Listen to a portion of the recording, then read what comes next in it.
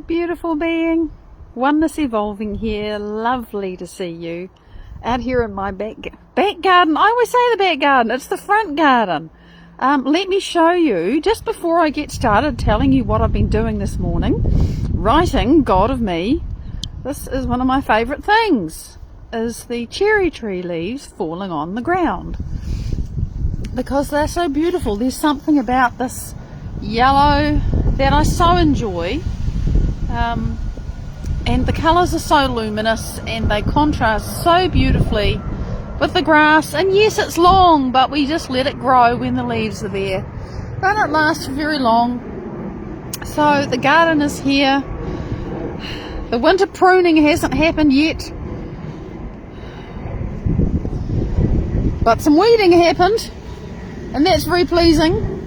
And we still have flowers on the fuchsia. It really doesn't stop. I'm going to have to prune it quite soon, because as you can see, it's getting tall and leggy, and fuchsias do better if you prune them.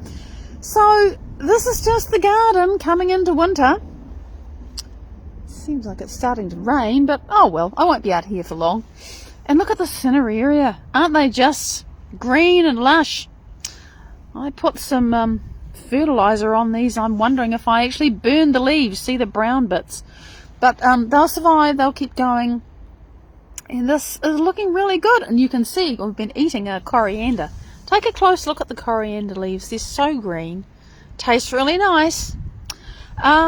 And yeah, it's doing what my garden does in winter. And look, I have to show you. Oh my goodness, there are actually 2 cinerarias out now. So here's the first one. This is the first one to start coming into bloom. I'll show you the flowers. It's lovely to see it, because this is it's the very beginning of the winter excitement. And there's another one here, the same colour, but there are lots and lots of them. So this is going to explode into colour before long. I'm looking forward to that. And look, now you can see the twisted shape of the magnolia, because it's just about lost all of its leaves. And the cherry tree is beautiful. So that's the world out here. I'm going to take you inside now and tell you what I've been writing about today. It's just amazing. Sitting down with a 0 point field in my ear and in my heart and in my mind, and translating. Really, that's what I'm doing. So I'll just shut the door. I've got a little list of songs, because I have to make a little summary of what we cover, because I just wouldn't remember. There's too much to tell you. So let me sit myself down and get organised. Got a nice little stand now, which I still have to adjust. There we go. Right, here we are inside, out of the wind and potential rain, and I'm organised. Got to put a cushion on my lap. That's just what I like to do. So, for God of me this week. Well, actually, this is a part 2. There's a part 1. Hi, Mike. Great to see you. There's a part 1 last week, and I ended up calling that part the 5DU, part 1, because the 0 point field has been talking, one, about how much it loves to connect with us and the value there is. For the 0 point field, yes, God, source, divine, infinite mind, whatever you want to call it, it actually loves to connect with us. And there are reasons for that, and it's been explaining that. But then it's been saying, well, you know, you can actually do this. This is actually possible and real and true for you, so come on. And we've even had our first conversation, if you like, where one said, okay, let's connect. Let me show you how this works. And that's just I don't know, it's a couple of weeks back on my Patreon. If you see the link at the bottom of this post, you click on that, and if you follow for free, you will be able to go back 2 or 3 weeks, I think it's 2, and the 0 point field actually takes us through a process to connect. And it makes more sense, probably, if you read the things before. And eventually, I don't know, will they be videos? Will it be audiobook? I have no idea how this is going to be presented to the world. This is just how it is right now. But the whole thing is that the 0 point field, God, source, divine, oneness, wholeness, infinite mind, whatever you want to call it, wants to connect with us, and it's been explaining how that happens and how it's possible. And what it's come to is something that I am living. I am very much living this experience. It's not like I know all of this and I'm just writing about it. No, I'm translating thought packages that I receive from the 0 point field, which, by the way, anybody can do. This is just me doing my thing. And I am living the learning of this. So it's alive in me. I'm actually doing this. And so one of the things that the 0 point field has explained to us is that humans are limited for a reason. And the reason humans are limited is because you can't be human and be unlimited at the same time. The 0 point field is in 5D. I mean, that's a label, but, you know, it's something that is outside of space and time. It's outside of 3 dimensions. And the 0 point field is infinite, and it doesn't experience time, and it's all in one moment, and it knows everything that ever was, is, or will be. And it's all just there. And you can't be human and be that at the same time. So you have to let go of that unlimited, whatever that is, if you're going to have the human experience. And that's the function of it.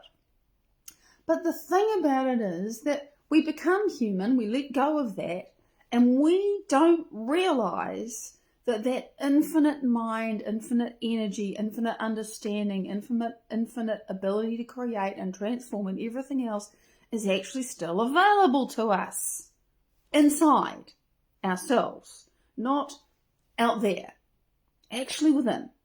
And that we have the capacity and the hardware and the software and everything we need to access that same infinite mind that we surrendered when we chose, for whatever reason, and it was a good reason, to be human. So the 0 point field kind of wants to rectify this problem and say, well, okay, so you surrendered it, but that doesn't mean you lost it.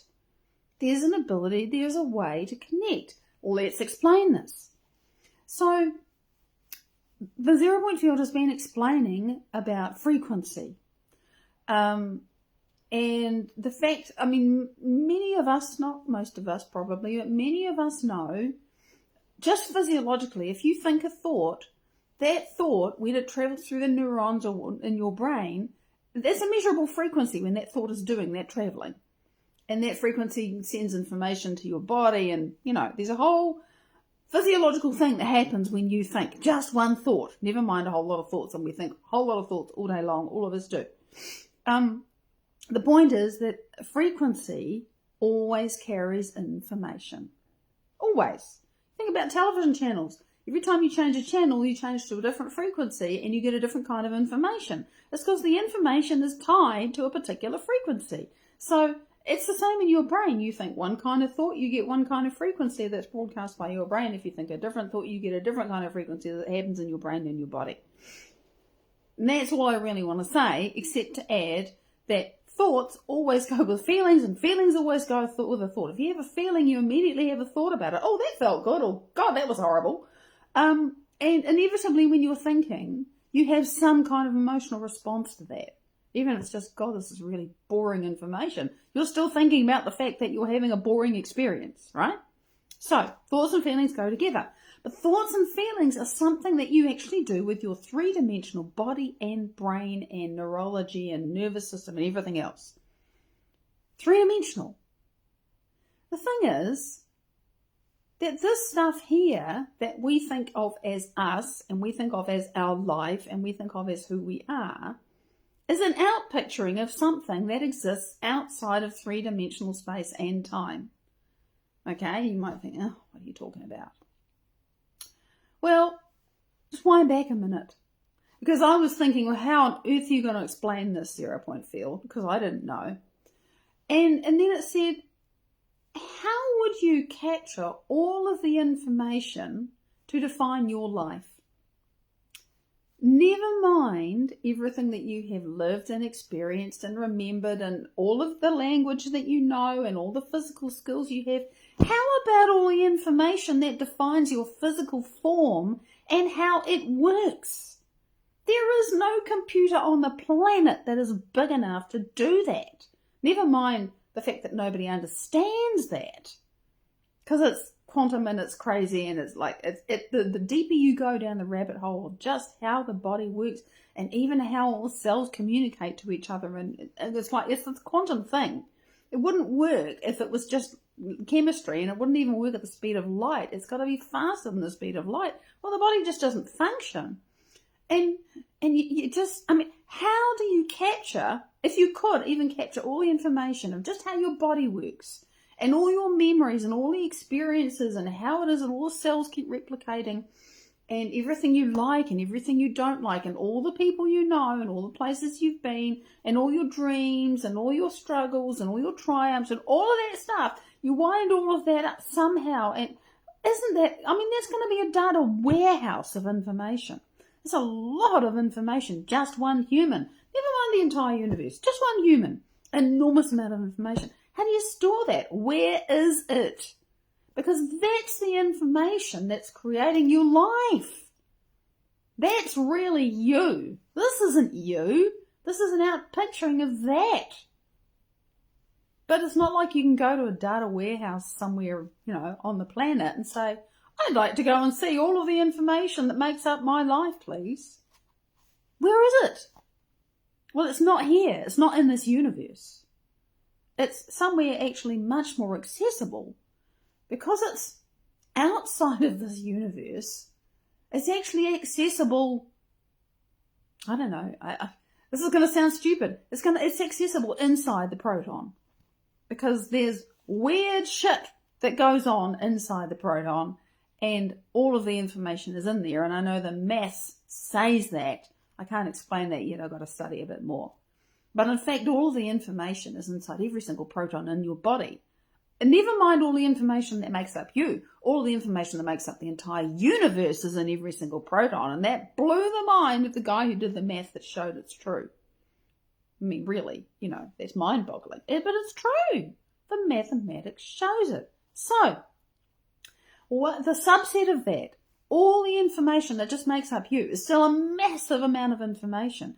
And remember, each little piece of information, each channel, each different little bit is a different frequency. So somehow all the frequency and all the information, because you cannot have information without frequency, and you cannot have frequency without information, all of the frequency and information that is you must be somewhere.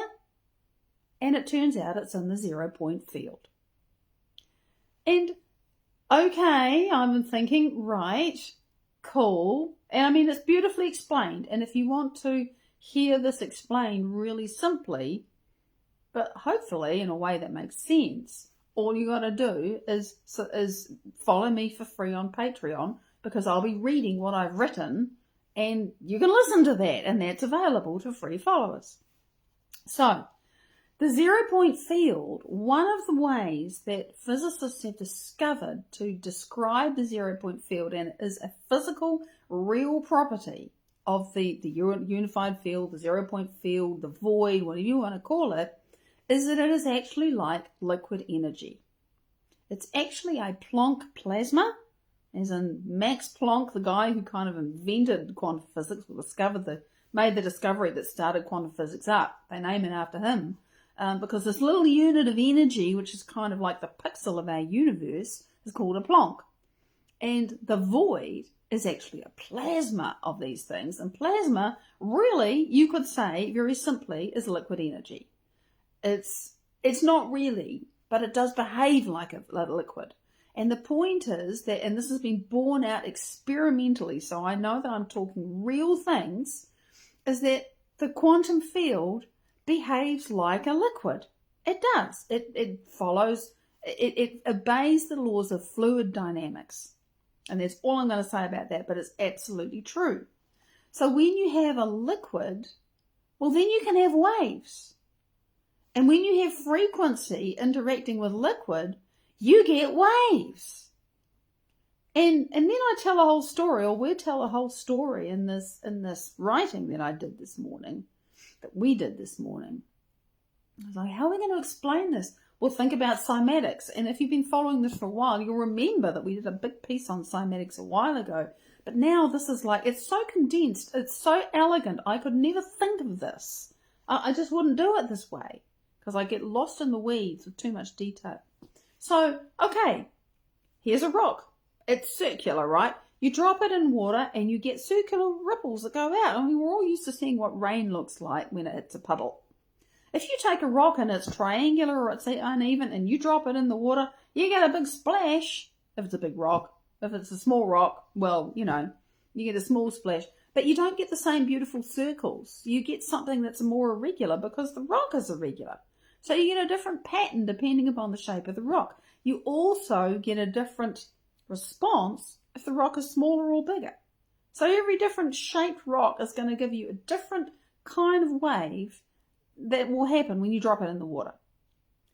And in the same way, if you take a handful of rocks, like, or an armful, or a shovelful of rocks, whatever, but let's say like 10 or 12 rocks, and you stand on a bridge and you sort of throw them all out at once, but you spread them out. Somehow you have the ability to throw all of these rocks out at the same time, and they land in a pond of water.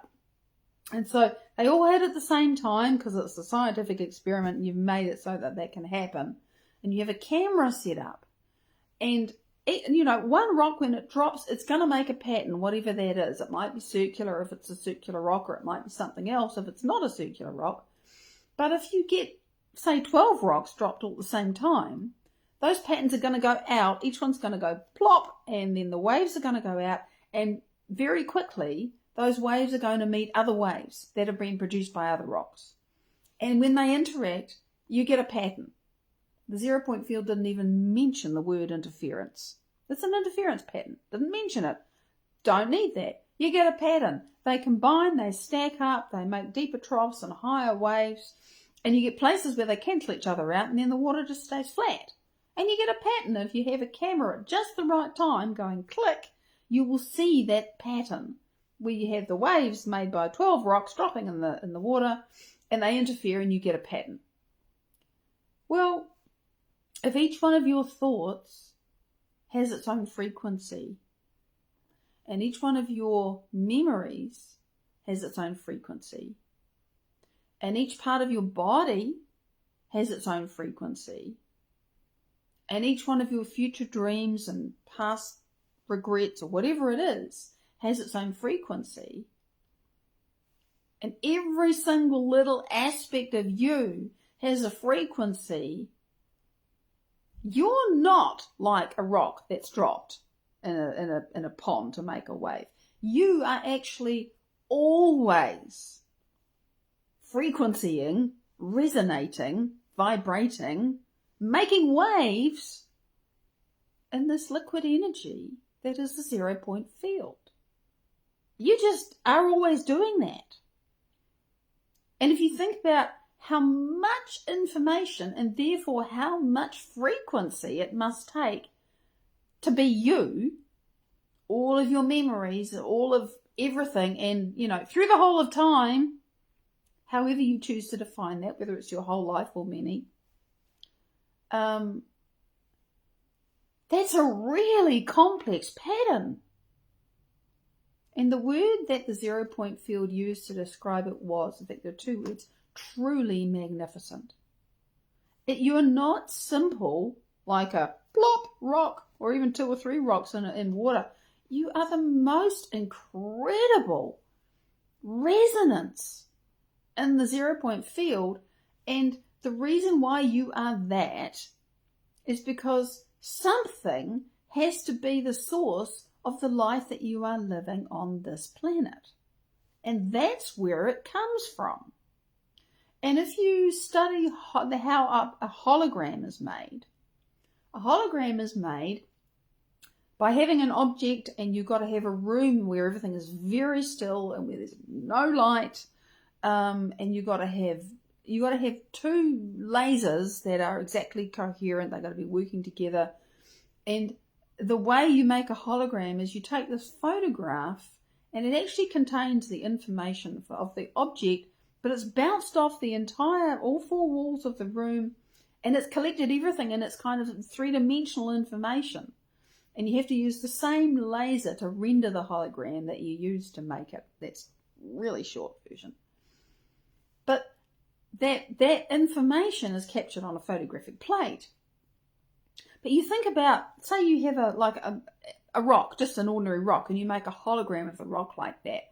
It's got all these little niches and knobbles, and it's not polished. I'm talking about a raw one, just a natural rock.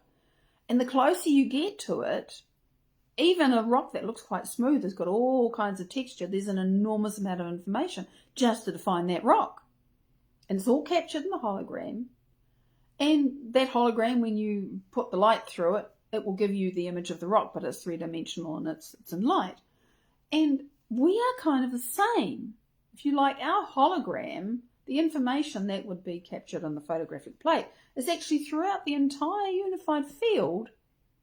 And it's us. It's like a massive mandala, but it's three-dimensional and it's enormous. And it outpictures here. That's five-dimensional. That is eternal. Oh, dare I said that word. It's there. It always has been there. Always will be in some form or another. But you come here to have an experience. And to do that, you got to forget everything that you know and come here and be limited and be human so that you can have the experience of learning something and having a thing that you can say, I like that, I don't like that. Because you can't do that when you're all and everything in one moment in 5D. That's the whole point of the human experience. Because, after you've been in bliss and for 50 gazillion millennia or whatever it is that there is no time out there, you might decide, can I have a different experience now? That's why we do this. You may think, oh my God, really? But that is why we do this. That's a big discussion, not getting there. So, point being that we are this magnificent collection of resonance, if you like, an interference pattern in the 0-point field. And it's outpictured here in 3D in what you experience as your life. Right. So, how is it then that this gets to connect with the 0-point field? Because this is the thing, the 0-point field said, well, when we're connected, it's like we're best friends. We're thinking the same thoughts, we're feeling the same feelings, we're working together, we've got a common purpose, or we're hanging out, enjoying the same thing. That's the thing about best friends, is you're similar. You like the same things. You do things together. And then you look at the 0-point field and you think, well, you're perfect, you're the pattern of love. And I had to choose this 5-dimensional pattern, or I didn't have to. I chose this 5-dimensional pattern, which gives me the outpicturing of my 3-dimensional life. And it's not perfect. It can't be, or I'd be where you are. Because, that's why we do it. Because we start off being part of the 0-point field. Pattern of love. Perfect. All time. All information. But not human. Can't have the human experience if you're doing that. So, we choose this pattern, and it is the summation of me, you. And it's everything that we've ever learned or known or experienced, and you could argue and say it's all the future potentials as well, but again, I'm not going there. And what the 0-point field was finally able to say, let's get back to this thing of us being best friends and us feeling the same feeling, which is the pattern, the feeling that we get when we notice and pay attention to the pattern of love, which is that beautiful flower of life. And that's only one way of looking at it, but you've got to start somewhere. That pattern that repeats itself, that we see, in the spirals and the galaxy and the plug hole and the plants, and that pattern is repeating itself everywhere. It's the pattern of love. And the 0-point field says, okay, I'm the pattern of love, and you are this other pattern, which is less perfect, so you can have your 3-dimensional experience. I can't make my pattern the same as yours so that we can connect, because if I did, your universe would fall apart. My pattern sustains your universe. But if you can have your pattern become a bit more like mine, enough so that we can resonate together, and we don't have to be exactly the same. You and your best friend are not exactly the same either, are you? But you just have enough in common that you get on. So if you can change the resonance of your 5D pattern, then we can we can communicate, we can connect, information can flow between us. Because if we're on the same television channel, just to bring it down to something that hopefully will make sense, well, then we can share information. It's like, if you've got closed circuit radio, like the walkie-talkies, the 0 Point field has a walkie-talkie on one frequency, I've got a walkie-talkie on another. If I can tune my walkie-talkie to be on the same frequency enough, or some harmonic or some little bit of what the 0 Point field is broadcasting on, we can connect. And then I can access that limitless information and get all the answers that I desire, and I can even start to change my life because using that information, and I do this every day now because I know how to do it, because it's a skill, and this is something I really hope we can teach.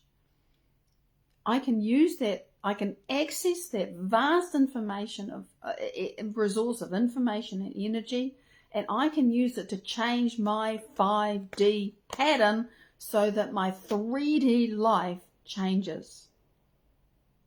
And it surprises me. It works. There's really nothing more I can say. And yes, thought and feeling is involved, but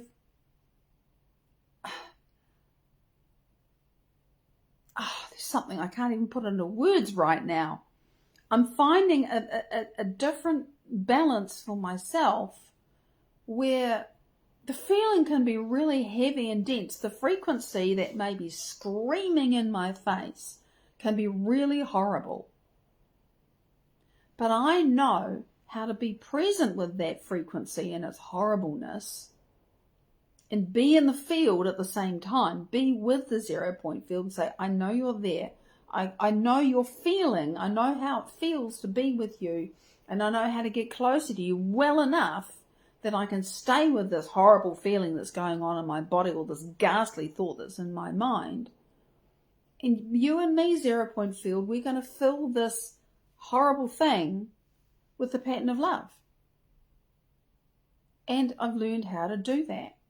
And that pattern of love, given the opportunity, it entrains, it changes. And the horribleness does stop. I've learned how to do this. And what's really interesting is it doesn't come back. Other stuff comes up, but it's not the same stuff.